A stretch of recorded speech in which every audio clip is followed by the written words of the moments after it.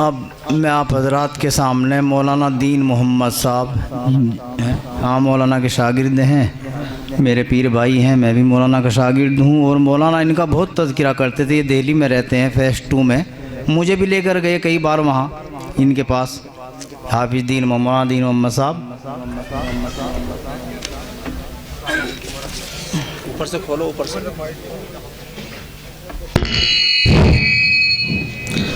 अस्सलाम वालेकुम वरहमतुल्लाहि वबरकातुहू। हज़रात,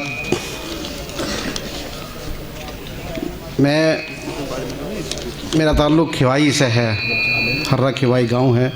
और हज़रत मौलाना मोहम्मद अहमद साहब नव्वरल्लाहु मरक़दहू हम मेरे ख़ास उस्तादों में थे। ख़ास क्या, बस समझिए, जब से अरबी और फ़ारसी का हज़रत ने आगाज़ किया है तो अव्वलीन शागिर्दों में अगर कहा जाए तो हम 4-5 साथी थे, हमारा शुमार होता है। उससे पहले हज़रत ने शायद हिफ्ज़ ही पढ़ाया है।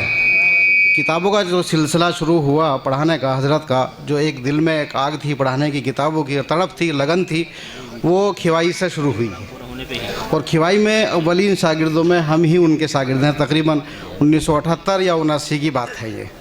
हमने हिफ्ज़ मुकम्मल किया तो हज़रत के पास ही हमारा फ़ारसी का और ये अरबी का जो तकरीबन 4 साल मुकम्मल, साल चाहरुम तक मुकम्मल हमने उस्ताद मोहतरम नव्वरल्लाहु मरक़दहू के पास में मुकम्मल किए हैं। और उसके बाद फिर हज़रत कमालपुर चले आए, तशरीफ़ ले आए। और उसके बाद में फिर आपने तारीख़ सुन ली, फिर यहाँ ये इदारा कायम किया हज़रत ने। देखो, ये दुनिया यूँ तो एक सराय फ़ानी है भाई, और यहाँ मौत व हयात ये कोई नई चीज़ नहीं है, ये एक पुरानी कहानी है यहाँ की।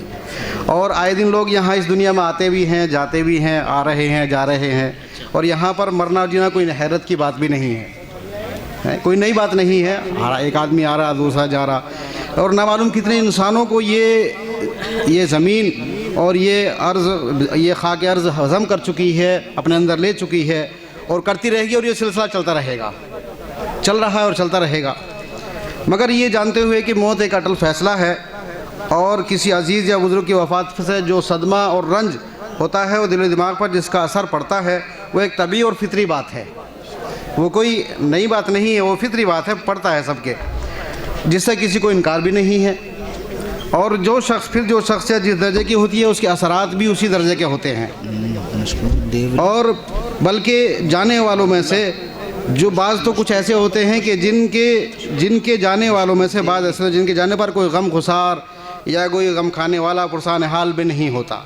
लेकिन रब्बे करीम की ये शान है कि उन्हीं जाने वालों में से कुछ ऐसी हस्तियाँ भी होती हैं जिनके जाने पर अपनों को ही नहीं बल्कि गैरों को भी अफसोस होता है, अपनों के अलावा गैरों को भी अफसोस होता है। और किसी के जाने पर इलाके के लोग अखबार होते हैं, किसी के घर वाले अखबार होते हैं। और इसके साथ साथ दरों दीवारों पर भी उसका असर ज़ाहिर होता है। और हर कोई उनके फैज़ से महरूमी पर सोगवार होता है। इन्हीं मुक़द्दस हस्तियों में से हज़रत उस्ताद मोहतरम अलहाज मौलाना मोहम्मद अहमद साहब नव्वरल्लाहु मरक़दहू भी थे, हैं, जो कि गोया के आलिम की मौत आलम के मौत के मिस्दाक़ थे। यानी गोया कि अगर एक आलिम दुनिया से जाता है तो एक आलम की मौत होती है, इसका एक मिस्दाक़ थे। और ऐसी हस्तियों के बारे में ये किसी ने कहा है कि मौत उसकी है कि करे ज़माना जिसका अफसोस, यूँ तो आते हैं सभी दुनिया में मरने के लिए।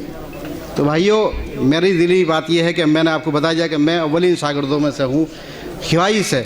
उससे पहले कुछ ही अरसा शेरपुर में पढ़ाया था हज़रत ने, लेकिन और उसके बाद से जो मेरे साथ और हमारे साथ ताल्लुक़ रहा है, शायद ही दिल्ली कभी ऐसा जाना हो। मेरा ताल्लुक़, मैं दिल्ली में रहता हूँ फ़िलहाल, तो दिल्ली जब भी जाना होता था तो कभी का तो मैं कह नहीं सकता, लेकिन जब भी जाना होता था तो मेरे यहाँ हाज़िरी होती थी अक्सर।